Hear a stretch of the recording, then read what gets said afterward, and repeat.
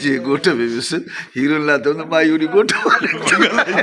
तो हाजन तीवणो केर आहे ऐं किथां जो आहे दोस्तो ऐं इन जी असल रहाश किथे आहे ऐं उन खां अलावा इन ड्रामा सीरियल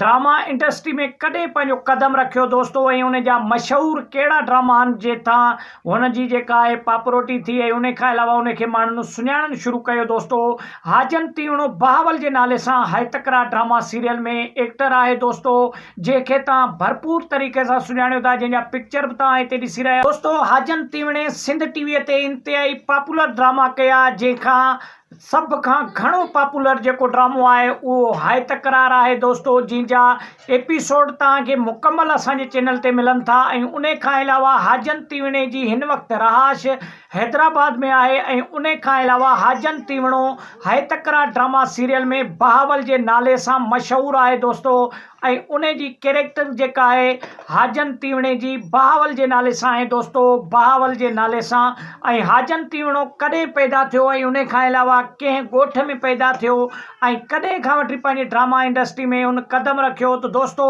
हाजन तीवणे तक़रीबन जेको आहे सो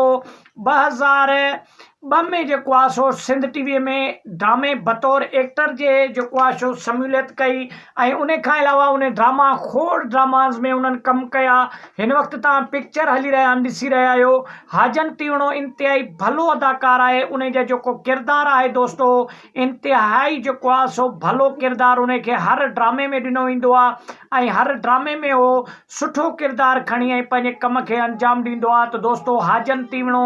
इंतिहाई जेको आहे सो भलो एक्टर आहे सिंध टीवी वारनि जो ऐं सिंध टीवीअ में हुन पंहिंजो कदम रखियो ऐं हिन वक़्तु सिंध टीवीअ में हो हायतकरा ड्रामा सीरियल में जेको आहे सो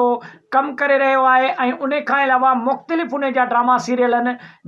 जंहिंजी शूटिंग हिन वक़्तु जारी आहे ऐं उन ड्रामा में बि तव्हां ॾिसंदव हिननि खे खोड़ ॿियनि ड्रामा में बि तव्हांखे हे बतौर एक्टर कमु कंदे ॾिसण में ईंदो दोस्तो। हाजन तीवणे खां अलावा ॿियनि एक्टरनि जे बारे में बि अगरि तव्हां ॼाणणु चाहियो था त असांजे चैनल खे सब्सक्राइब करे